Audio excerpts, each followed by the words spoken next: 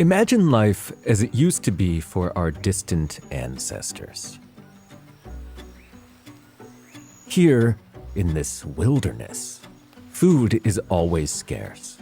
Danger is everywhere. The weather can shift in a second. A predator could be crouched in the grass. Everywhere there are threats and obstacles. One bad decision, one moment of inattentiveness, and that's it. Game over. Here, failing to pay attention to reality means at best injury and at worst, death.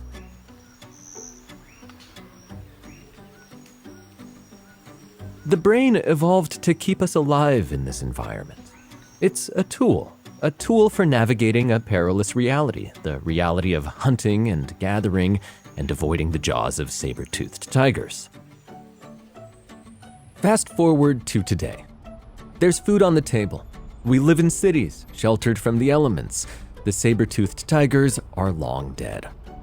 But we've still got the same tool in our skull, a brain that evolved over the course of thousands of years to help us navigate a reality that most of us can only imagine.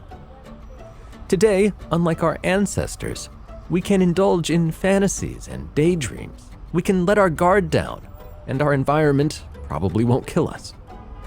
Today, the main threats we face are interpersonal and psychological, and they're posed by people rather than predators.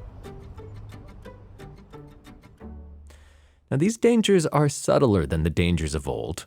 It's possible even to ignore them, to pretend that they just don't exist. It's possible, in other words, to detach from reality, to become naive. But the dangers are very much there, and you ignore them at your peril. The purpose of these blinks is to bring you into intimate contact with the reality we live in now. So let's do it. My name's Brian, and I'll be accompanying you on this quick trip through the Daily Laws by Robert Greene.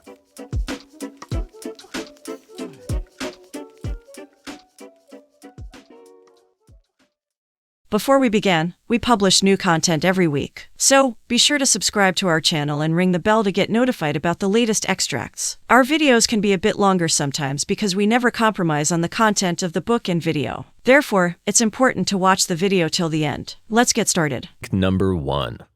This blink contains an absolutely crucial law, but cliffhanger, I want to give you a little context first.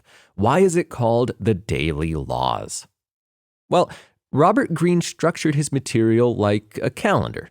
There are 12 sections, one for each month of the year, and for every day of each month, there's a piece of advice. Greene calls these bits of advice laws, hence the title, A Law for Each Day, the Daily Laws.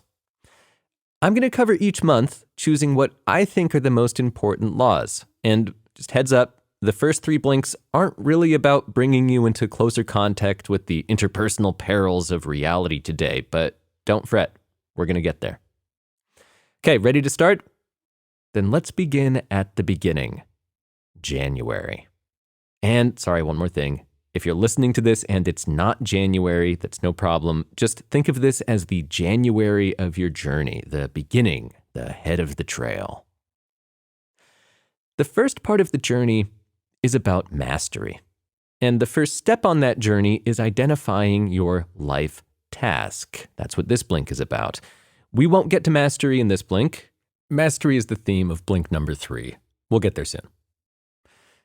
This month, there's one law that's, as I said, absolutely crucial. Reconnect with your childhood passions and find your life task. How do you find your life task? Maybe it's better to think of it not as a treasure hunt, as a seeking for something that's out there, but as an archaeological dig, an unearthing of something that's inside of you.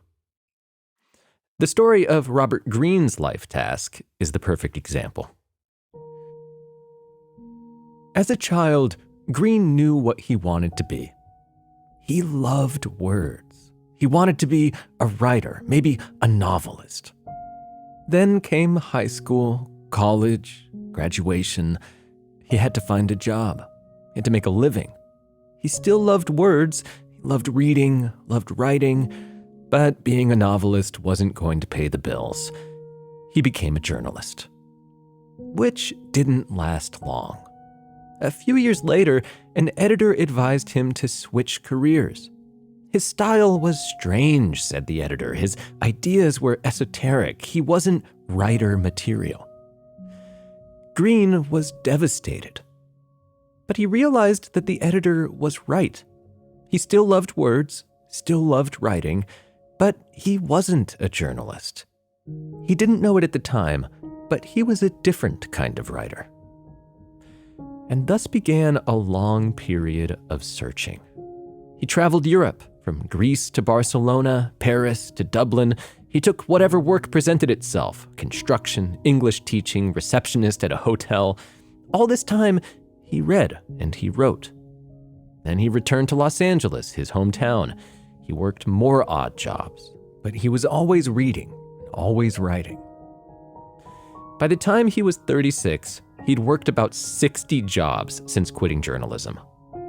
From the outside, he seemed adrift, unmoored, and there were periods of self-doubt and depression, but something prevented him from feeling truly lost.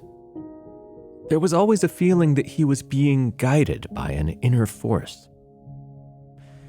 When his big opportunity came, he was ready. While in Italy, he met a book producer, and he found himself pitching an idea that would later become the 48 Laws of Power.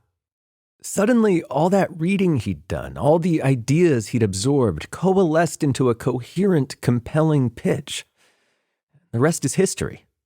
He got a book deal, and the book was a huge success. The point is this.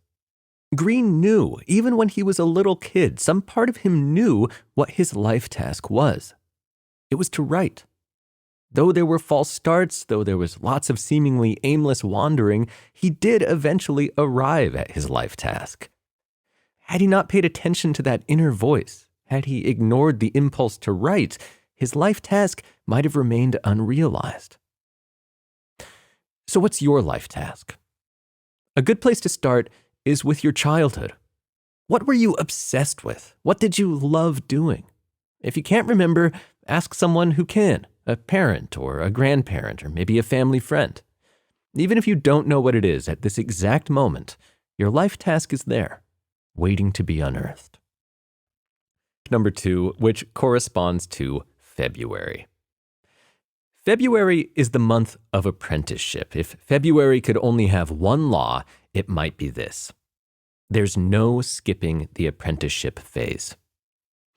If you want to get to the next step, mastery, you cannot skip the apprenticeship phase.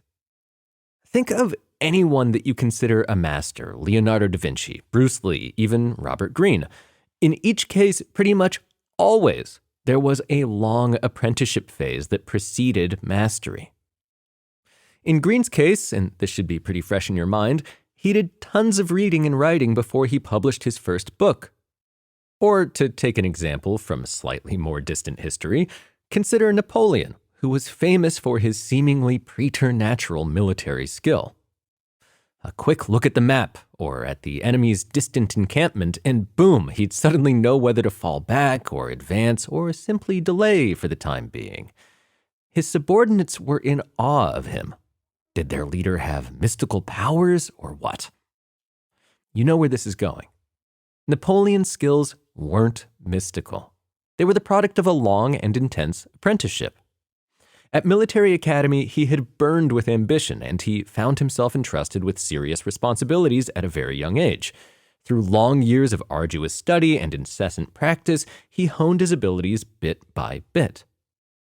So, what's the law? I'll say it again. There's no skipping the apprenticeship phase. Some people may look like natural geniuses, but they're almost certainly not. Remember this, and accept that you'll be an apprentice many times in your life, like every time you set out to learn a new skill or step into a new role. Don't let the apprenticeship phase frustrate you. Embrace it. Learn all you can, and slowly but surely, you'll get through it and enter the next phase, which is mastery. Mastery is the phase that comes after the apprentice phase, and it's the theme of March. But a quick thing about mastery. It's not a destination. You don't get there and call it a day. It's an ongoing process, a practice, a state of being. Rather than attaining mastery, it might be better to talk about maintaining mastery.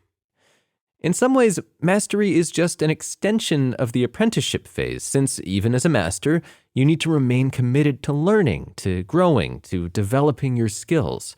The only difference is you're not apprenticed to a master, you're apprenticed to mastery, to the act of learning itself, the act of striving toward mastery. The instant you stop learning is the instant you'll start to lose your grasp on mastery. All right, so what's the law of March? The law is that mastery is a process, but also always try to get to the inside.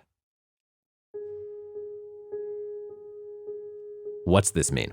Well, think of learning any complicated skill, learning the piano, for example. At the beginning, you're on the outside. The piano is just a bunch of black and white keys. At this point, that's about all you've got. You don't know how to play a chord or a scale. You're on the outside. The goal is to get to the inside. This means going through the arduous, boring, slow process of learning the basics. This process isn't necessarily fun. It's often disorienting and aggravating, but little by little, the piano stops being a jumble of keys. You start to think in chords. You start to see scales. You stop thinking about where your fingers should go. You've entered into the instrument, playing instinctually, understanding it not from the outside in, but from the inside out. That's what it means to get inside.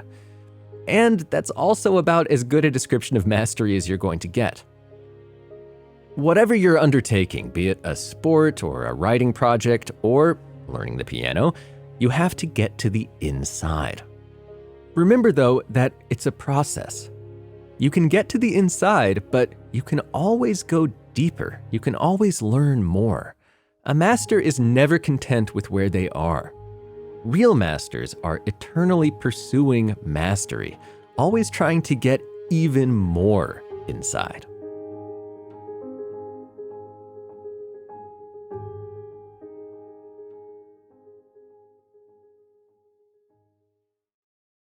It's time for a subject change. The last 3 months were about the path to mastery. The next 5, so through August, are about the game of power that's always being played, both in the workplace and out, and how to navigate that game. So let's get started. If there were only one law for April, it'd be this: never outshine the master. During Greene's long period of searching, when he bounced from job to job, back before he wrote the 48 Laws of Power, he worked as a researcher, digging up interesting life stories for inclusion in a series of documentaries. At the time, Greene was in his mid-20s, and when it came to the world of power plays and office politics, the game of power that's always being played, he was completely naive. He had no idea there was a game, and he paid a price for that. He was great at his job. He was ambitious, he was friendly, he had excellent ideas, but for some reason, his boss seemed to hate him. So Greene did everything he could to make her like him. He talked to her more. He tried to get her more involved in the development of his ideas. This didn't help. Actually, it seemed to make the problem worse. In the end, baffled and frustrated, he quit. So what had Greene done wrong? Well, in short, he'd outshone the master. He'd been too hungry, too ambitious, simply too good at what he did. His success made his boss feel insecure and violated this month's law, which, say it with me, is don't outshine the master. Now, this was hard at the time, but long-term, it helped Greene. He lost his naivety and became an observer and a player of the game of power, which I'll be talking about even more in the next blink. May's law is short and sweet. The game of power is always being played. Always. That's the reality. You can pretend the game doesn't exist, but that doesn't put an end to the game. This gives you 3 options: embrace it, deny it, or accept it. Embracing it, really loving the game, can be an issue. I'm talking about the Machiavellis among us, the people who both delight in manipulation and con artistry and also think these are the only tools you need to get through life. They fail to understand that, yeah, sure, people are power hungry and manipulative, but they can also be empathetic and cooperative. Not understanding this means that the true blue Machiavellis pretty much always fall from power. They never get past a certain point because they don't understand all sides of the game. Now, denying the game also has drawbacks. That is, if you want power. It doesn't matter whether you truly believe there is no game or whether you find participating in the game distasteful. Total non-participation will result over time in you being pushed aside. You may be fine with that. You may not want power and responsibility precisely because attaining it requires game playing. If you want responsibility, though, if you want power, there's one approach that's better than the rest: acceptance. Wanting power? That's just part of human nature. It always has been. It always will be. You don't have to like it. You don't have to dislike it. All you have to do is accept it. The game is always being played. Always. If you accept that, you can choose to stay on the sidelines sometimes, simply observing. Other times, you can engage using your knowledge of the game to improve your position. Other people are playing this game constantly, so it behooves you to learn the rules, to understand the laws of power. So remember, the game of power is always being played. Always. There's no opting out. And it's best to simply accept that. Let's assume that you want power. That's understandable. It's only natural. Most people do. What are the tools that will help you get it? Well, one invaluable skill is the art of deception. Officially, we disapprove of deception. Good people are forthright, frank, honest. They tell the truth, whether it's in their interest or not.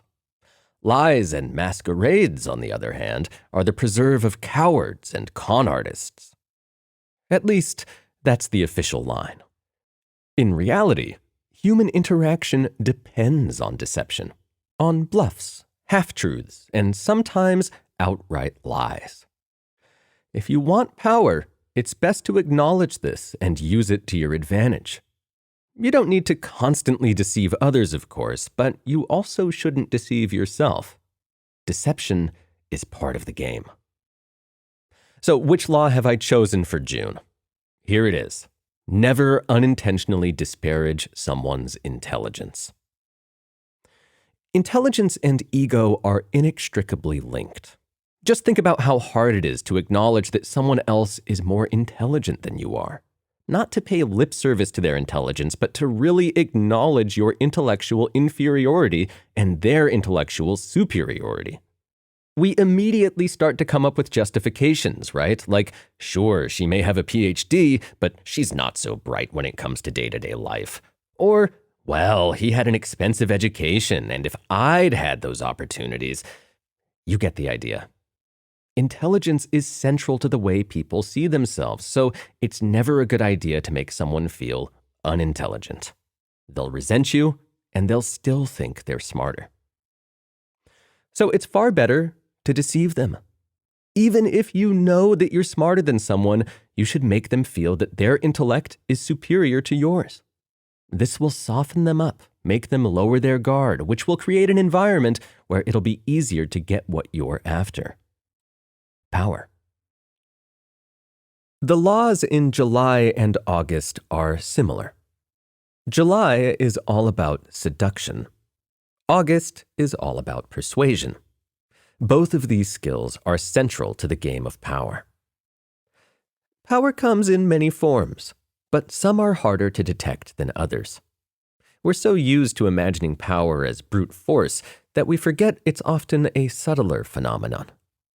The ability to entice people, to excite their interest, in other words, the ability to seduce and persuade them, is a form of power that's easily as potent as the power to intimidate or suppress, and it's usually far more effective. Winning someone to your side is better than forcing someone to join it. So, what are the most important laws when it comes to seduction and persuasion?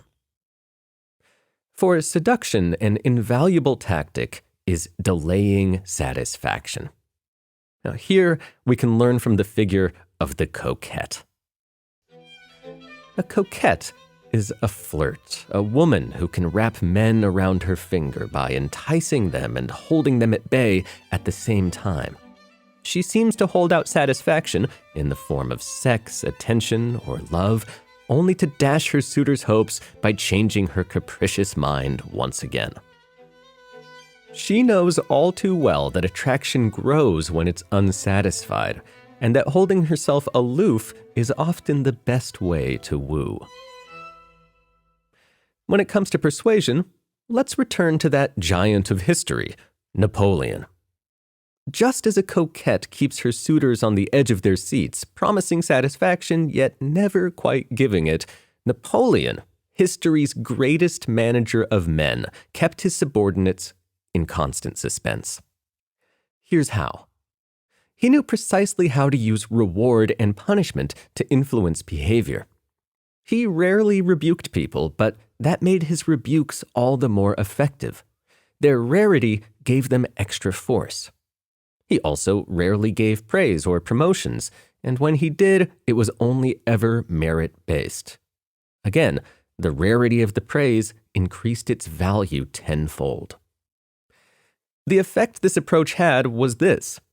His soldiers were in perpetual suspense, always afraid of displeasing, always hoping to impress. And you're probably familiar with the result.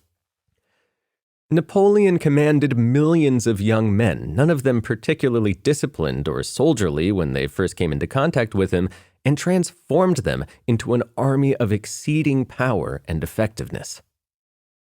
So that's August's law. Keep the people you want to control in suspense. And don't forget about delaying satisfaction. The more you make someone wait for something, the more they'll want it.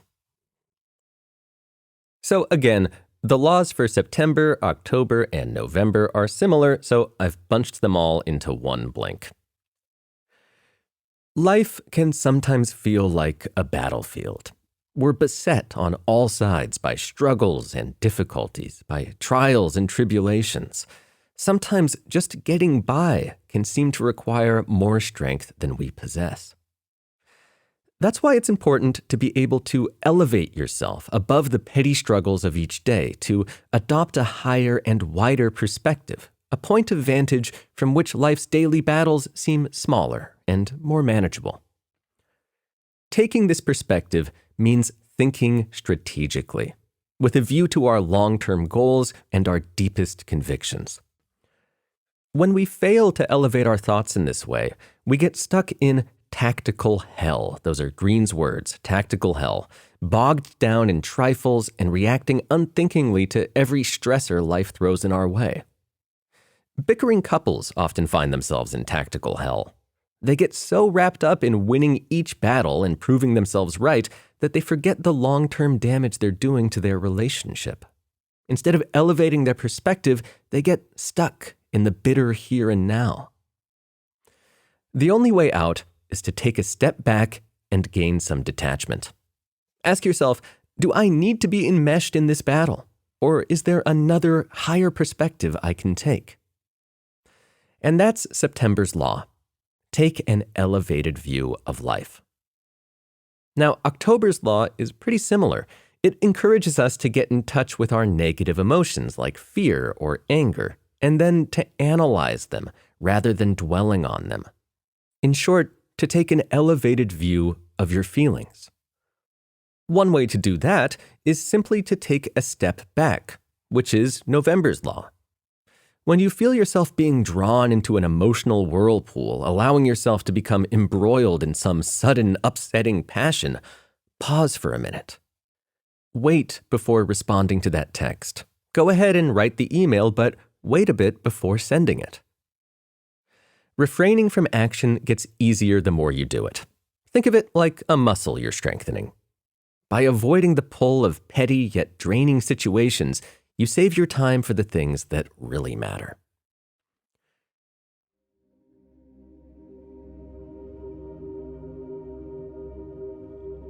This is the last blink, and it's about taking the themes of the previous blink to an even higher level.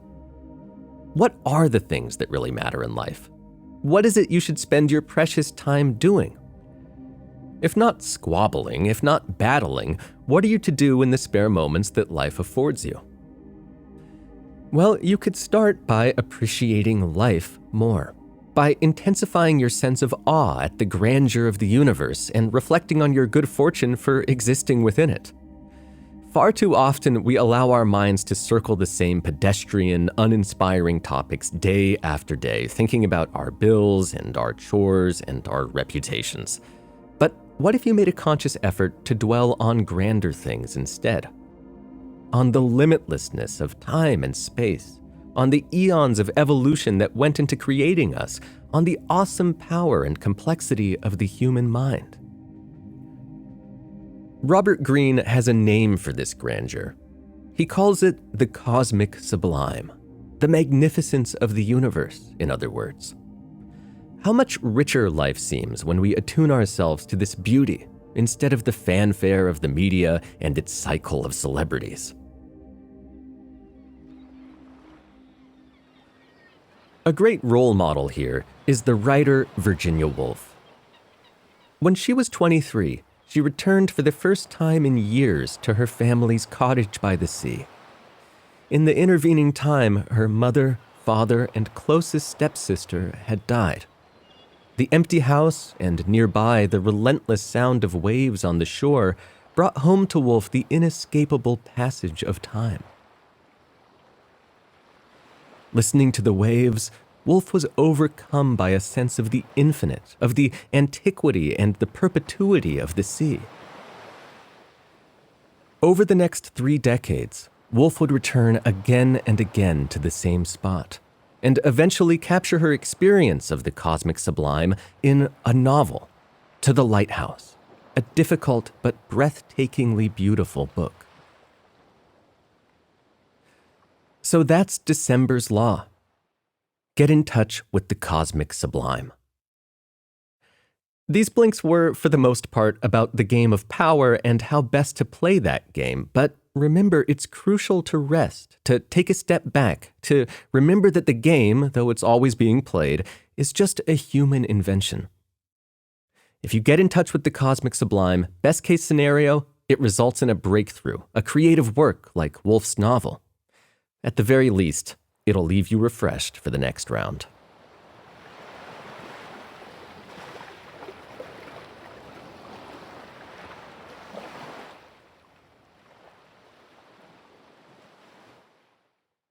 The Daily Laws by Robert Greene.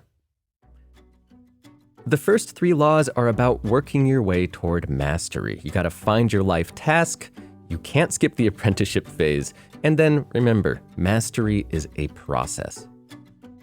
Next up, never outshine the master. And remember, the game of power is always being played. There's no opting out.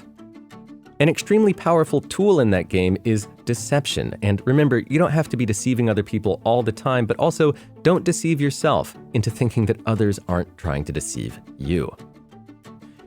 Next up, seduction and persuasion. You can seduce people by delaying satisfaction, and you can persuade them by keeping them in suspense. Moving on, you can avoid tactical hell by taking an elevated view of life and by analyzing your negative emotions. Good way to do that is to simply take a step back now and then. Finally, get in touch with the cosmic sublime. Who knows? It might result in you writing a literary classic. And at the very least, It'll give you a little bit of rest before getting back into the game. Again, thanks for listening, and see you in the next Blink. Got feedback? We'd love to hear from you about our content. Just share your thoughts and book recommendations in the comments section, and be sure to subscribe to our channel and ring the bell to get notified about the latest extracts. Thank you and have a great day.